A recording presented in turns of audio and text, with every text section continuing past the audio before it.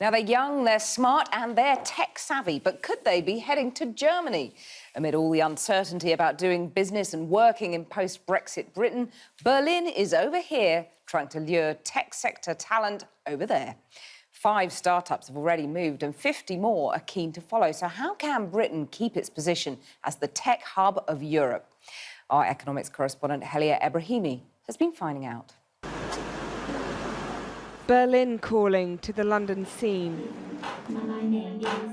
The tech, or maybe the techno economy, sensing an opportunity, as British startups are lured by rival cities making the most of Brexit uncertainty. Theresa May's £2 billion pledge for innovation, perhaps not enough to keep people here.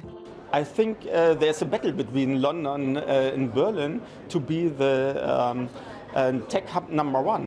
What we see after the Brexit is that a lot of companies with international talents, international staff, when they want to invest in this uncertainty, they are asking us if there is a business opportunity in Berlin. And yes, there are a lot of business opportunities in Berlin. This pop-up is a German state-funded campaign. 5 UK companies have already relocated, with more now expected to follow. A lot of our friends, they're actually coming to Berlin or to other places because the quality of life is actually quite a bit higher than here.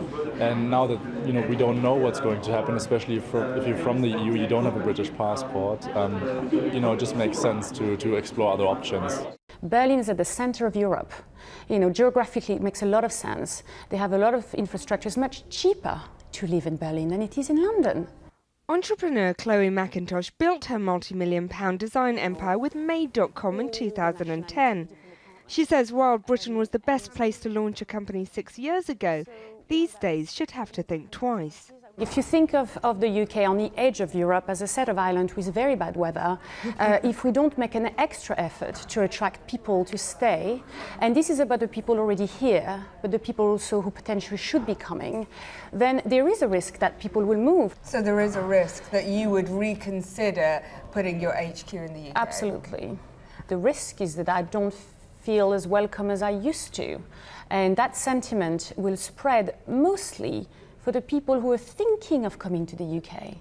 There's an issue around keeping us here, but then there is this next generation of talented, skilled immigrants who are going to think twice about where they're going next. I was this unskilled immigrant that came to this country and created a 250 people company. I want other people to get this opportunity. This is for me the biggest risk. Brent Hoberman was a pioneer of the late 90s .com boom, co-founding lastminute.com and selling it for more than $1 billion. These days he's trying to repeat the trick with his tech incubator firm, with the aim of launching 200 new companies in the next 5 years.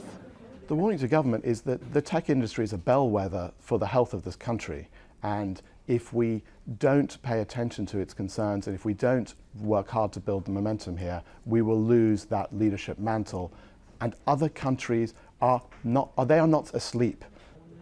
While the government will point to Facebook and Google's decision to add thousands of new jobs in the UK, the post-referendum rhetoric has been uncomfortable for an industry whose talent base is estimated to be 50% foreign.